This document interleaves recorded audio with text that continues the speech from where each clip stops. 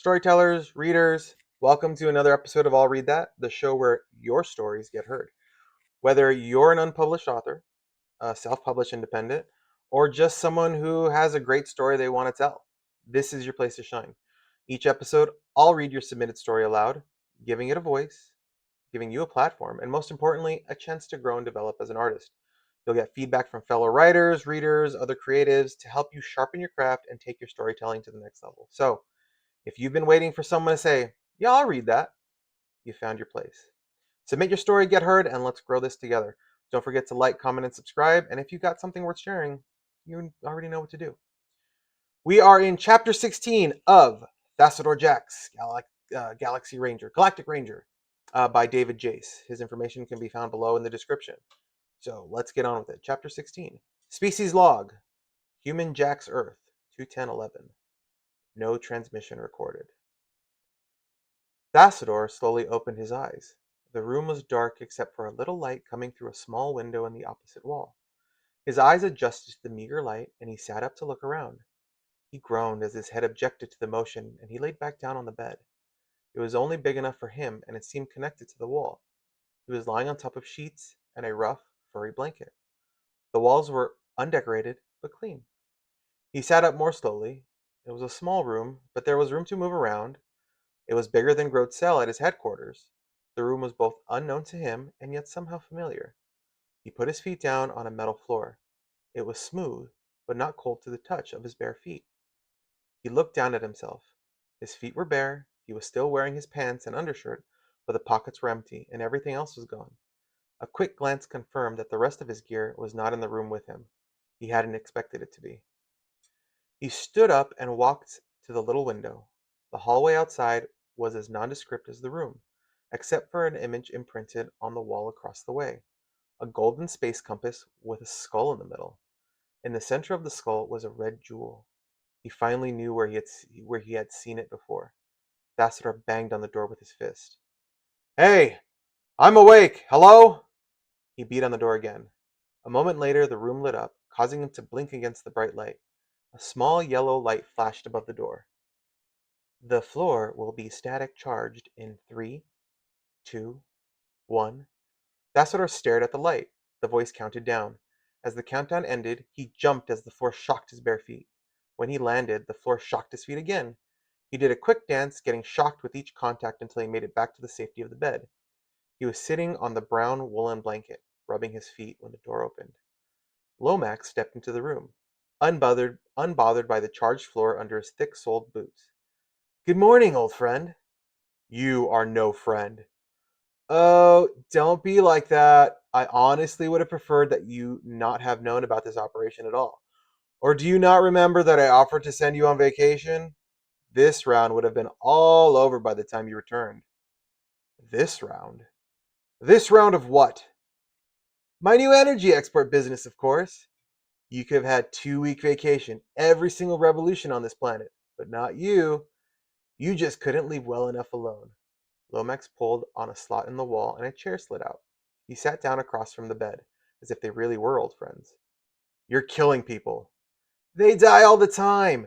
Humans have a short life expectancy anyway, and on top of that, they're always killing each other off without any involvement from us. What's the difference if a few more die? Look, Jax, I've been wanting to tell you about this forever, honestly. I've been working on this for 10 revolutions on this planet. My very first visit here, I picked up a young couple of humans and quickly realized their energy potential. I've been picking up samples from time to time ever since, running tests, gathering information, and so on. Grote was my first mate for a while, before the authorities picked him up. Anyway, the energy potential of this species is off the charts. You know that, just based on your own interactions with them. You've been abducting humans every time you came to visit me? This whole time you were just using me for easy, illegal access to this species? Thassodar twisted the blanket in his fists, wishing it were Lomax's neck. Why, Lomax? You're a traitor. What are you trying to do with them? What did you think I traded, Thassodar? Candies and wine? Okay, maybe a little, but that was mostly for my own stash. Slaves, Thassodar. I took excess populations from one planet and took them to where they could be useful and valuable on another planet, or a space station, or private ships, or whatever. Beasts of burden, mental menials, pleasure people, unique units from worlds of wonder. I dealt in them all. Even special orders for premium prices, of course. But the trade has its drawbacks, like the Galactic Rangers. Lomax clicked at Thassodar and shook his finger at Thassodar. And while the profits are within my range of acceptable, the marketing opportunities are necessarily limited. Inventory storage, product failure. Oh, there are hosts of problems, really. I won't bore you with business talk. Anyway, when I read a book, A Study of the Conservation and Profitability of Life Energy, have you read it? Shode wrote it. The profitability part is what caught my attention. Great book. So impressed me. I had to arrange a visit. Turns out he was in the same prison as my old first mate, and Grote tipped me off to an engineer in there, and everything just fell into place. Jakar could turn Schultz's theories into a full-scale operation, and Grote's cellmate, Hermes, knew all about Earth and the humans. The plan was formed. He leaned forward again, intent on his own brilliance. Thassodar couldn't believe what he was hearing. You want to kill people instead of enslaving them because it's easier? Not just easier, my friend. It's also way more profitable. Plus, selling energy isn't illegal. Once I take the stored energy off planet, there's no evidence. Remember that energy blast? The weapon potential alone would be enough. But it is pure energy, Thassodar. Fly your ship, turn on your lights, synthetic gravity, anti-gravity, whatever you want to do with it. And humans are the richest source of life energy yet discovered. Lomax laughed. Bonus, they're subspace, so they don't even have a clue. You don't think someone would notice when people go missing? Thassodar put his feet down and immediately jerked them back up as the floor responded to the touch of his bare skin. You don't think decimating a species population is a problem? Lomax chuckled and shook his head. Thing is, Thassodar, on this little blue-green ball, there are 7.5 billion humans. The species birth rate is 150 million new little humans a year, which is twice the current death rate for the species, which is only 75 million a year. That means there's an annual surplus of 75 million humans. Jax, do the math. We could capture and process 200,000 humans a day and not even dent their population. Even a small percentage of that number would set us up pretty sweetly in the galaxy. And you're the only one standing in the way, Thassodar. All you have to do is go on vacation. And you'd never even see a thing. Thassodar couldn't believe his ears. How do you plan to abduct 200,000 humans a day and not have the species in a complete panic? Oh, and I had several avenues planned. Campsites, small off-the-grid communities like religious sects, nudist colonies, that sort of thing. Did you know there are 500,000 homeless people just in the country you're based in? No one would miss a few thousand or so of them. Oh, and I had this brilliant plan. I think you'll appreciate the irony in this one. Lomax gestured wide, his eyes sparkling with like a shower of bright coins. To open a series of Martian colony recruitment centers. Just put up some posters, come live on Mars, start a new life in space. They'd sign up in droves, and we'd shoot off an empty rocket once in a while. It'd be great. You're a monster. Thassodar put his feet down to stand up to Lomax. Another shock reminded him how helpless he was here. He brought his feet back on the blanket. I'm a businessman, Jax. This species has a commodity on life energy, with a surplus of species members. Even they say there's too many people.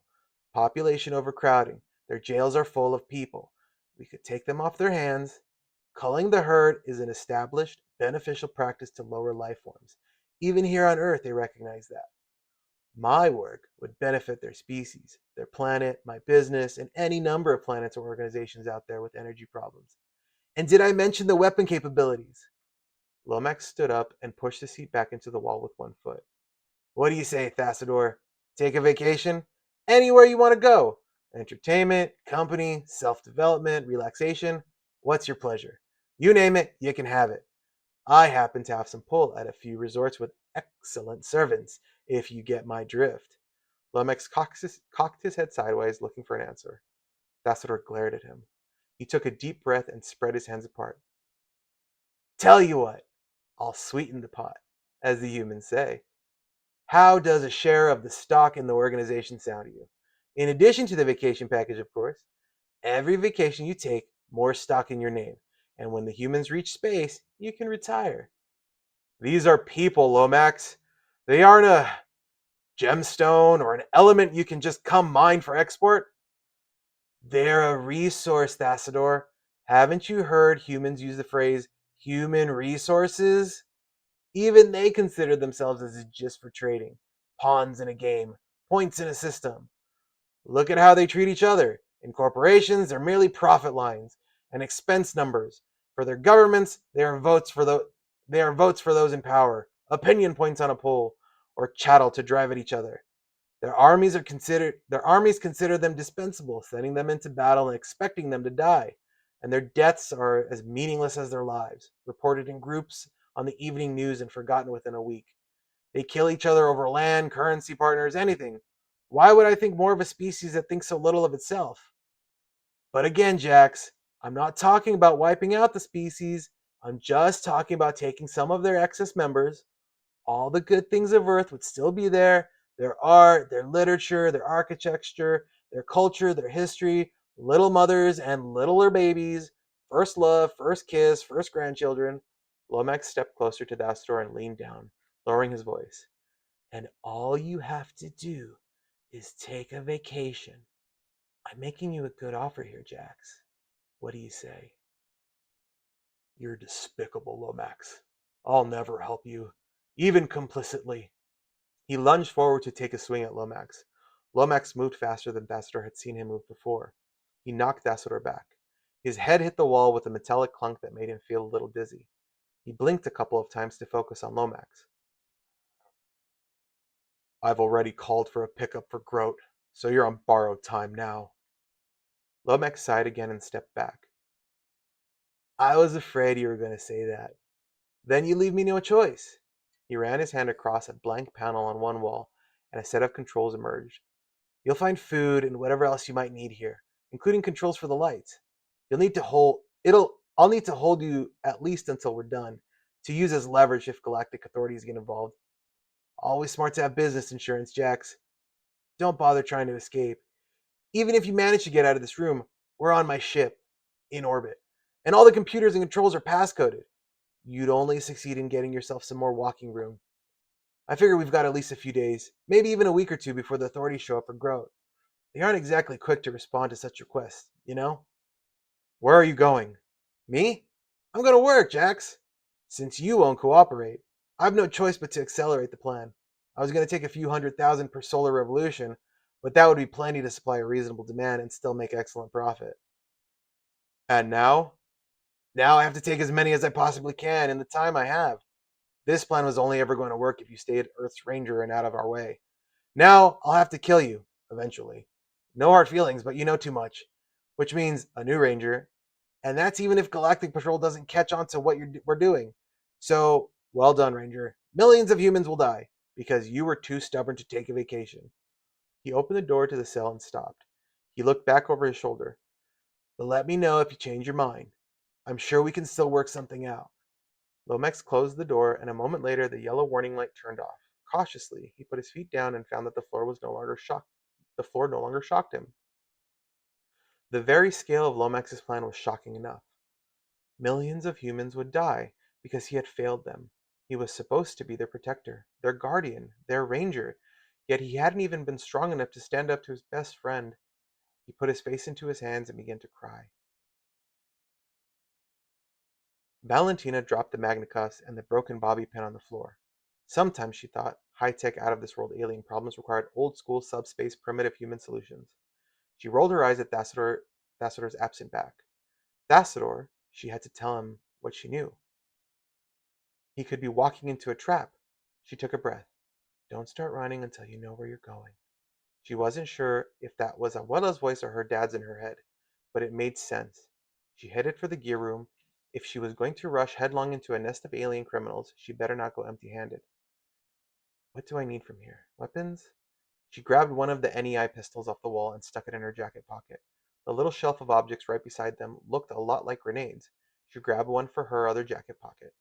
There was a leather knapsack on the table. A quick glance revealed a couple of biotrackers, a Nova light, something that looked like high-tech binoculars, and one of those laser knives she'd seen Thassodar use, amongst other things she didn't recognize.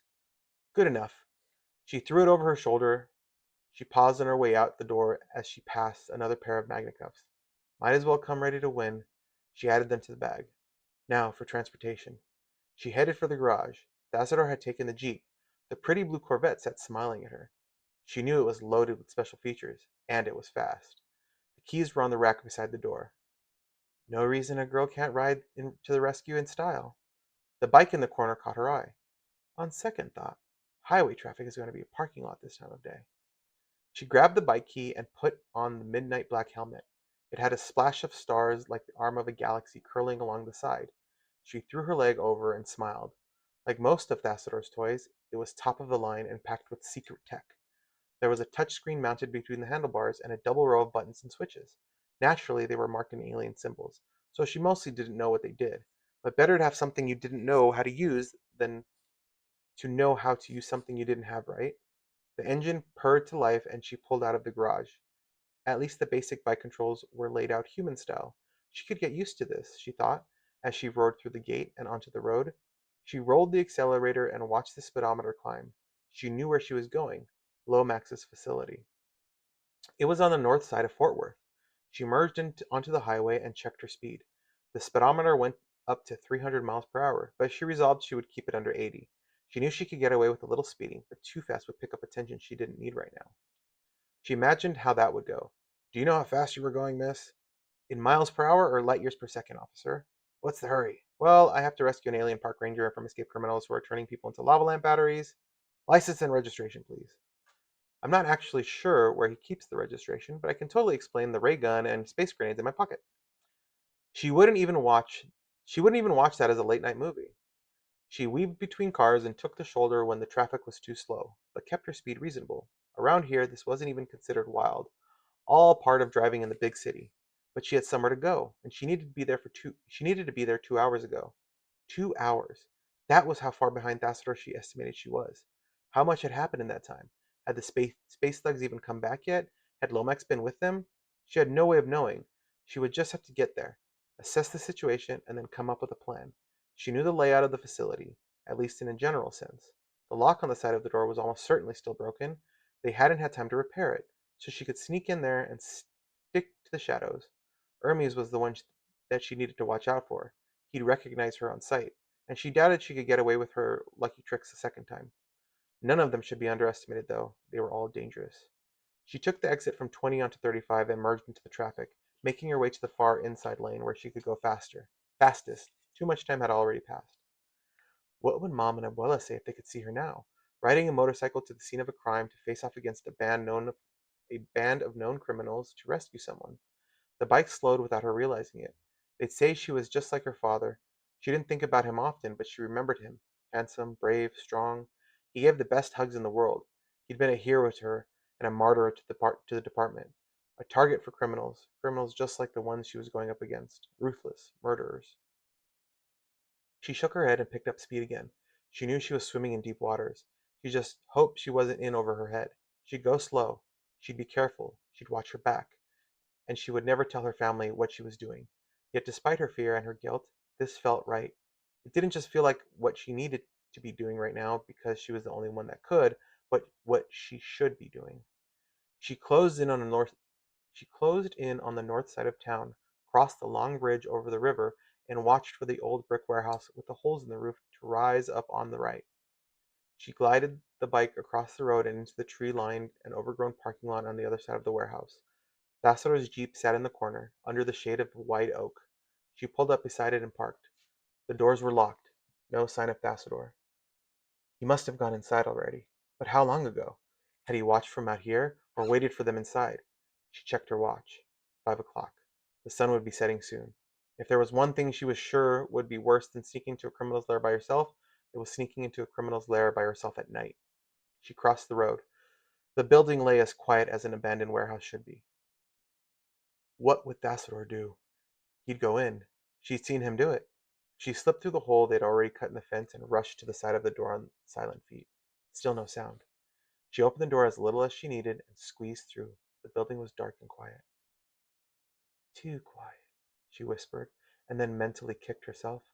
She stood beside the door and listened while her eyes adjusted to the gloom. She heard no conversations, no movement, No machinery. She saw no signs of fluorescent lighting or even LED lights for computers or sensors. The air was still, too, and slightly stuffy. The air conditioning was off. She checked each door as she came to it and found each room empty. The main facility floor was littered with the detritus of the broken processing machinery. Dust marks in some of the rooms indicated that objects had been moved that had sat there for some time. They've already cleared out, but to where? She sat down and pulled out the bag. Might as well have been a bag of straws, but she was sure there had to be something. She took a mental inventory as she went. Cuffs, an EI pistol, Nova light, laser knife. She set these on the ground beside her. She pulled out the binoculars and looked through the lenses at darkness. She switched them on and was treated to a very up-close view of the cobweb ceilings in vivid color. Cycling through the settings revealed night vision, heat vision, and even some limited X-ray vision. She looked around the entire building with the heat vision. The only thing that lit up was a family of mice in a distant dark corner. She set the binoculars aside. Very cool, but not currently helpful. She pulled a silver cylinder about a foot long from the bag. It was an inch thick, but she could see no purpose in it. After a moment, she set it too aside. She pulled out the grenade and gingerly set it a full arm's length away. That was one she wasn't going to play around with. She pulled out an object with two arms and a rotating dial at the joint. She shrugged and set it down. Last thing in the bag were the bio-trackers. She turned them over, and the fading light caught her attention. There was a symbol on the bottom, an alien symbol, but she'd seen it before. It hit her.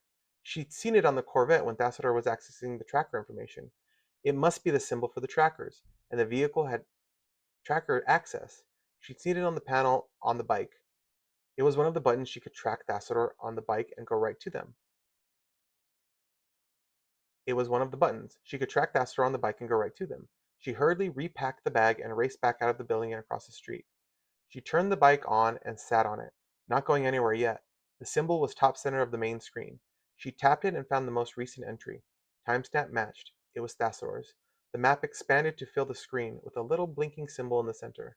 She waited. The map expanded, the symbol still blinking. She glanced up as a couple of car headlights flashed across the parking lot and flew past, heading north toward the bars of the stockyards. The map expanded again, now covering half the state. It flashed a message in alien and stopped blinking.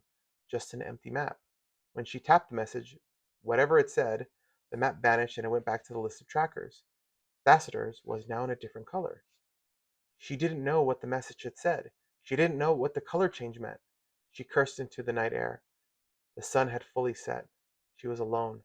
She couldn't read the alien language. She didn't know where to look for Thassodar or the other criminals. She needed information. What would Dad have done? He'd have found an informant, someone who did have information, who knew how to read the language. Grout, she growled. He would at least know how to read the language, and she knew where to find him. She churned dirt behind her as she sped back out into the highway, going back the way she had come. And that is the end of chapter 16, y'all.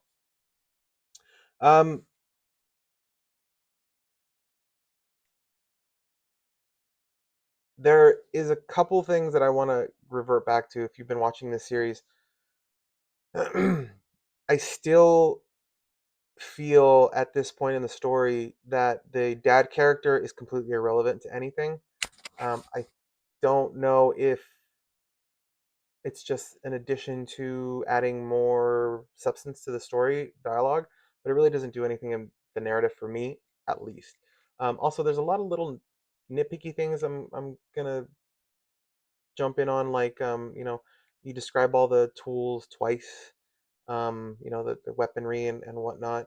I think it's a little unnecessary. You kind of want to get to the next logical step in the story arc, but other than that, I think we can all agree that you know Lomax and Thassodar's relationship probably um, was forced from the beginning. I don't know. It just doesn't seem, even with the situation that they're currently in, the Lomax character obviously was using Thassodar this entire time. Um, and Thassodar hadn't been on Earth all that long, maybe 10 years or so, or they've known each other for 10 years. But regardless, I love that dynamic that's going on there, and how it's playing out. So we'll see how it kind of ends up. Hopefully, the next few chapters kind of bring that story arc together, and we can kind of understand what's really developing. Just remember, if you have a story that's just dying to be read, I want to read it. Send me your unpublished or self-published work to the email address in the description below, and you might be featured in the next coming episodes of I'll Read That. Let's build this community where writers support writers, and every story has a shot at being heard. So don't forget, like, comment, subscribe, and your feedback really could benefit another writer develop their craft and their story. So as always, folks, keep writing, and remember, I'll read that. I'll read that, a story to be told, unpublished.